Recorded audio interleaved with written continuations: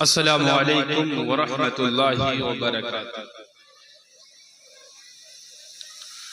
अल्हम्दुलिल्लाहि रब्बिल आलमीन वस्सलातु वस्सलामु अला सय्यिदिल मुरसलीन। अम्मा बाद फ़अऊज़ु बिल्लाहि मिनश शैतानिर रजीम। बिस्मिल्लाहिर रहमानिर रहीम। सब लोग मोहब्बत के साथ प्यारे आका सल्लल्लाहु अलैहि वसल्लम के बारगाह में दुरूद की डालियां हमारे साथ पेश करें। पढ़िए अस्सलातु वस्सलामु अलैका या रसूलल्लाह, अस्सलातु वस्सलामु अलैका या रसूलल्लाह, व अला आलिका व अस्हाबिका या हबीबल्लाह, व अला आलिका व अस्हाबिका या हबीबल्लाह। अस्सलातु वस्सलामु अलैका या नबी अल्लाह, अस्सलातु वस्सलामु अलैका या नबी अल्लाह, व अला आलिका व अस्हाबिका या नूर अल्लाह, व अला आलिका व अस्हाबिका या नूर अल्लाह। प्यारे प्यारे इस्लामी भाइयों,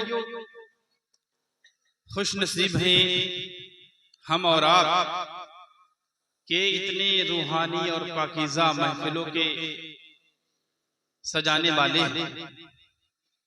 आइए हम सब मिलकर प्यारे आका सल्लल्लाहु अलैहि वसल्लम के ऊपर आपकी बारगाह में दुरूद पाक पढ़ने की फजीलत सुनते हैं। फरमाने आखिर नबी सल्लल्लाहु अलैहि वसल्लम, जिब्रील अलैहिस्सलाम ने मुझसे कहा, अल्लाह पाक फरमाता है, ऐ मोहम्मद सल्लल्लाहु अलैहि वसल्लम, क्या तुम इस बात से राजी नहीं कि तुम्हारा उम्मती तुम पर एक बार सलाम भेजे? तुम्हारा उम्मती तुम पर एक बार सलाम भेजे और मैं उस पर 10 रहमतें भेजूं। सुभान अल्लाह, मैं उस पर 10 रहमतें भेजूं। कमाल की बात है यार, अल्लाह पाक 10 बार हम पे रहमतें भेजे और हम सिर्फ एक बार।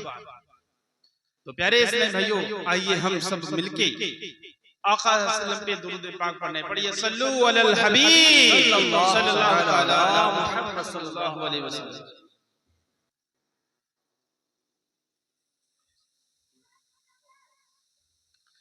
प्यारे प्यारे इस्लामी भाइयों, आज हमारे बयान का मौजू नमाज है। क्या बात, सुभान अल्लाह, सुभान अल्लाह। नमाज, the importance worship of the Almighty Allah is नमाज। सबसे ज्यादा अहम इबादत क्या है? नमाज। प्यारे प्यारे इस्लामी भाइयों, कुछ सवालात की बारगाह में अर्ज करता हूं। सब लोग तवज्जो फरमाए और इस ख्याल में न बैठे कि रात के 2 या 3 बजे कोई बहुत बड़ा मुकर्रिर आएगा और आप सो रहे होंगे, वो आपको जगा रहा होगा। इस ख्याल में मत रहिए। इसमें जो है दावत इस्लामी के जो इज्तिमा होता है 12 बजे आपको घर जाना है, ठीक है? ये जहन बना के बैठे कि हमें 12 बजे घर जाना है और आपका इज्तिमा पाक मुकम्मल हो जाएगा इंशाअल्लाह। प्यारे प्यारे इस्लामी भाइयों, हमारे जो है हजरत सैयद वसीक बाबू साहब तशरीफ भी ला चुके हैं। अहम मुकर्रिर वो हैं, उनका बयान सुनेंगे इंशाअल्लाह, सब दिल को बरकत हासिल करेंगे। मैं थोड़ी देर के लिए हाजिर आया हूँ, आप सुने और इसकी बरकतें इंशाअल्लाह हासिल करें। प्यारे इस्लामी भाइयों, देखिए कुछ चीजों को आपको बड़ा ही ध्यान समझना पड़ेगा। इसको मैं जो अर्ज करूंगा, इसको आप बयान ना कहें ना तकरीर कहें, इसको बस एक नसीहत समझें। जो मैं अर्ज कर रहा हूँ इसको आपको याद करना, इसको ये याद कर लेना है। और वो चीजें मैं अर्ज करूंगा जो हमारे और आपके डेली लाइफ में जरूरी है और हमारी ये जरूरत है। अगर नहीं अमल किया तो खसारा ही खसारा। तो आइए कुछ सवाल पहले करते हैं, सवाल के बाद जवाब आता है ना तो अच्छा लगता है।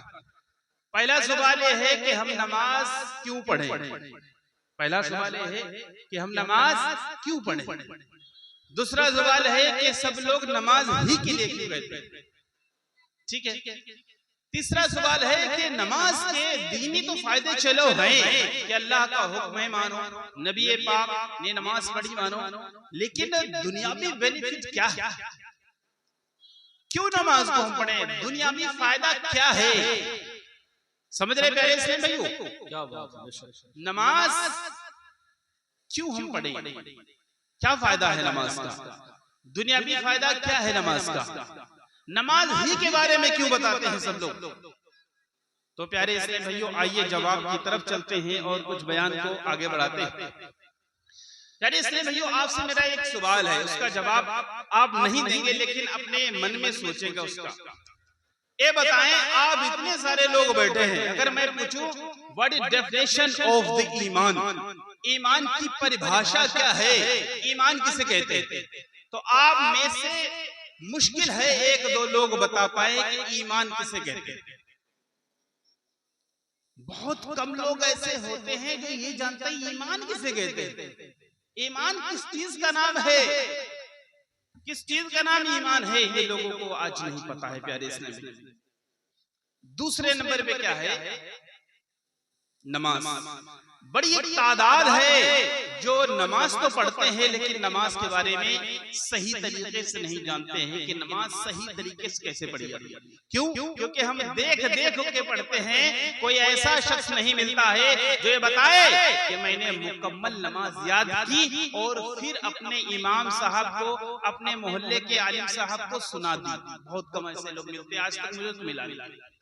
उसके बाद रोजा, रमजान मुबारक का रोजा लोग रखते हैं, तो रमजान मुबारक का जो रोजा रखते हैं ना, उसके बारे में भी मसाइल लोगों को 5% पता होते हैं, 95% मसाइल रोजे की भी नहीं पता होते। और आगे बढ़े, उसके बाद क्या है, हज।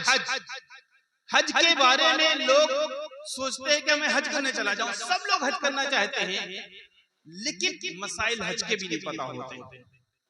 और आगे बढ़े, ज़कात। ज़कात लोग सुनते हैं लेकिन ज़कात के बारे में जानते नहीं कि किस पे फर्ज होती है, क्यों फर्ज होती है, कैसे फर्ज होती है, कब फर्ज होती है और क्या मामला इसका है, क्या फायदे इसके। तो ये पांचों चीजों मैंने अर्ज की हैं, इनको कहते हैं इस्लाम की बुनियादी चीजें। These are pillars of the Islam। ये इस्लाम की बुनियादी चीजें हैं, इनको इस्लाम के प्लस कह सकते हैं। अब आगे बढ़िए, इन पांचों चीजों को हमें मानना भी है और करना भी है, यही है इस्लाम।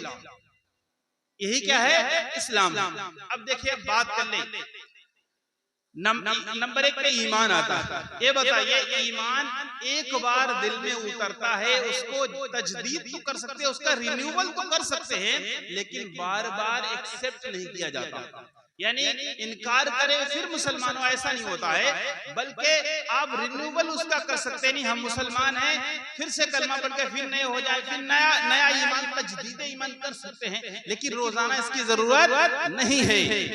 प्यारे इस्लाम भाइयों, इसकी रोजाना जरूरत नहीं है ना, कोई नहीं करता रोजाना। दूसरे नंबर पे आप बात करें, देखिए रोजा, रोजा कौन रोजाना रखता है, कोई नहीं रखता है, साल में एक बार बड़ी मुश्किल से लोग रखते हैं। तीसरे नंबर पे आता है ज़कात का मसला। ज़कात ये बताइए कितने लोग रोजाना देते हैं, साल में हमारी कौम 5% ज़कात देती है। आप अंदाजा लगाए, 5 से 10% ज्यादा नहीं लोग होंगे। उसके बाद हज, तो पूरी जिंदगी में यारी अखबार है, जिंदगी गुजर जाती है, बहुत लोग नहीं जा पाते, पैसा रखे रहते नहीं जाते। तो पांचों चीज गौर कर, ईमान रोजाना नहीं, हज रोजाना नहीं, ज़कात रोजाना नहीं, रोजा रोजाना नहीं, क्या रह गया आप लोग बताइए, क्या रह गया इसमें? इधर से आवाज आएगी, क्या रह गया? पहले सवाल का जवाब मिल गया आपको।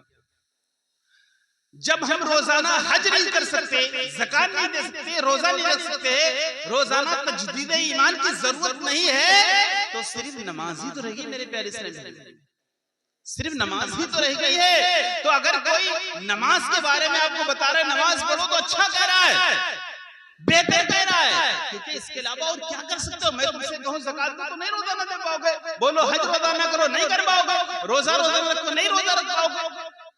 तो प्यारे इस्लाम, ये तो नमाज पता चली कि ये बहुत अहम इबादत है, बहुत अहम इबादत है, इसमें हम बात करते हैं प्यारे इस्लाम भाइयों कि असल में नमाज।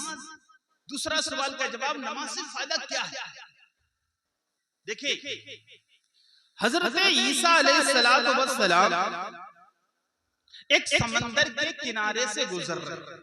आपको समझ आ रहा है ना, सब लोगों को बढ़िया तरीके से देखो, समझना है, याद कर लेना है, और जिसे जिसे समझ में आ जाए वो याद कर ले, याद करके अपने घर पे जरूर बताए। घर पे जरूर बताइए, नियत होना चाहिए कि जो सुनेंगे वो याद करने की कोशिश करेंगे, जो याद कर लेंगे वो घर पे जरूर बता देंगे। घर पे बता दिया इंशाअल्लाह घर पे मदीना मदीना दीनी माहौल हो जाएगा। सुभान अल्लाह, सुभान अल्लाह। हज़रत ईसा रूहुल्लाह अलैहिस्सलातु वस्सलाम एक समंदर के किनारे से गुजर रहे थे, तशरीफ लिए जा रहे थे। आप अलैहिस्सलाम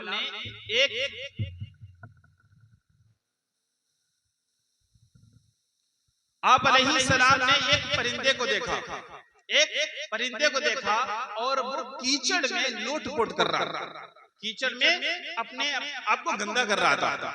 कुछ देर के बाद आपने देखा वो परिंदा उड़ा और उड़ने के बाद समंदर में नहाने लगा जाके। बड़ा आपको हैरत हुई, लेकिन इससे ज्यादा हैरत देखिए, आपको भी हैरत होगी। वो परिंदा दोबारा फिर गया कीचड़ की तरफ और फिर कीचड़ में अपने परों को गंदा किया।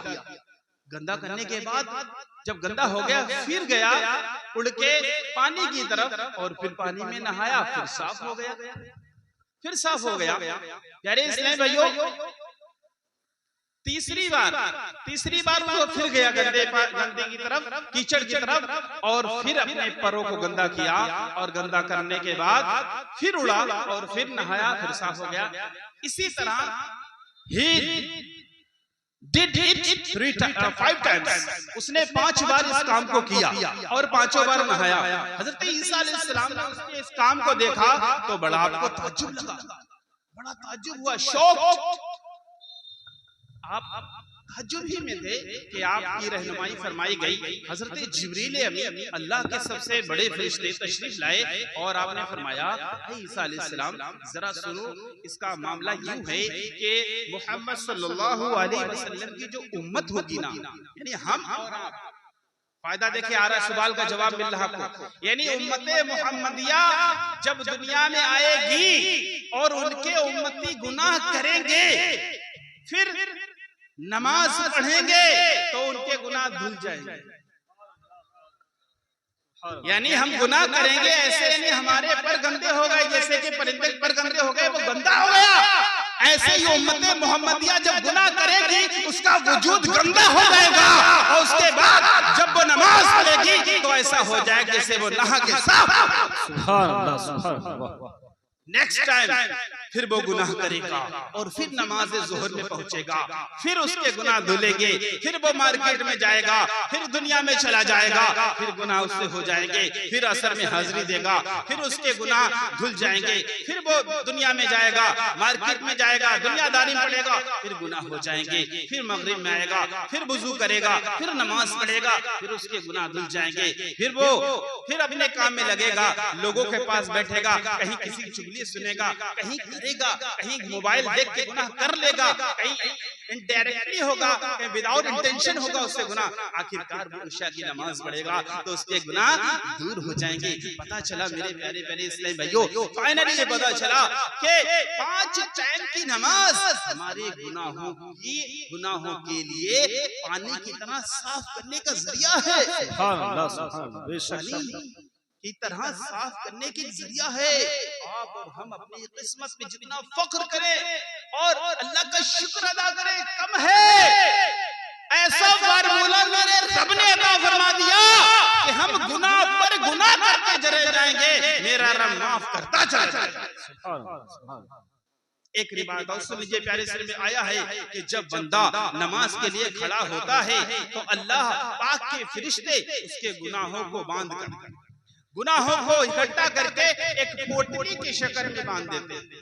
एक पोटली बना के, गठरी बना के उन गुनाहों को बांध के उसके सर पे रख देते हैं और फिर वो नमाज पढ़ता है, फिर वो रुकू करता है, फिर वो सजदे करता है। जब कंप्लीट उसकी नमाज हो जाती है, नमाज मुकम्मल हो जाती है, गुनाह कहाँ जाते हैं? गिर जाते हैं ना। भाई रुकू करेगा ना तो सर पे क्या होगा? पोटली गिर जाएगी ना, गुनाहों की गठरी गिर जाती है रुकू में, सजदा में। उसके बाद वो बंदा नमाज फारिग हुआ, ठीक है, वो कंप्लीट करता है नमाज को, तो अल्लाह के फरिश्ते कहते हैं, मौला ए पाक परवरदिगार आलम, तेरे बंदे ने नमाज पढ़ी, इसके गुनाह झड़ गए, मौला क्या इसके गुनाहों को वापस कर दिया जाए? क्या इसके गुनाहों को फिर से दे दिया जाए? प्यारी प्यारी इस्लामी भाइयों, तो मेरा रब फरमाता है, ऐ मेरे फरिश्तों, मेरे बंदे ने नमाज पढ़ी, इबादत मेरी की, इसके गुनाह झड़ गए। अब मेरी रहमत को ये गवारा नहीं, अब मेरी रहीमी करीमी को गवारा नहीं, ये गुनाह झड़ गए फिर वापस किए जाए। जो झड़ गए वो झड़ जाए, सुभान अल्लाह, जो गिर गए वो गिर गए। बेशक, क्या बात है, कमाल की बात है यार। नमाज ना होती बताइए कहाँ जाते गुनाह माफ कराने के लिए? बहुत तरीके हैं, सबसे बेस्ट तरीका है नमाज गुनाहों की माफी का। तो जो लोग चाहते हैं अपने गुनाहों को इस दुनिया में माफ करा ले, तो आ जाइए मस्जिदों की तरफ और अपने गुनाहों को माफ करा लिए अल्लाह पाक की बारगाह में। वुजू करते हैं तो गुनाह झड़ते हैं, रुकू करते हैं तो गुनाह झड़ते हैं, सजदा करते हैं तो गुनाह झड़ते हैं, इसी तरह पूरे जिस्म के गुनाह झड़ जाते हैं। प्यारे आका सल्लल्लाहु अलैहि वसल्लम ने एक दरख्त की टहनी को पकड़ा और यूं हरकत दे हिला दिया। सहाबा ने क्या, आका कुछ समझ में नहीं आया। मेरे आका ने इरशाद फरमाया, जब कोई इंसान नमाज पढ़ता है तो इसी तरह उसके गुनाह झड़ जाते हैं।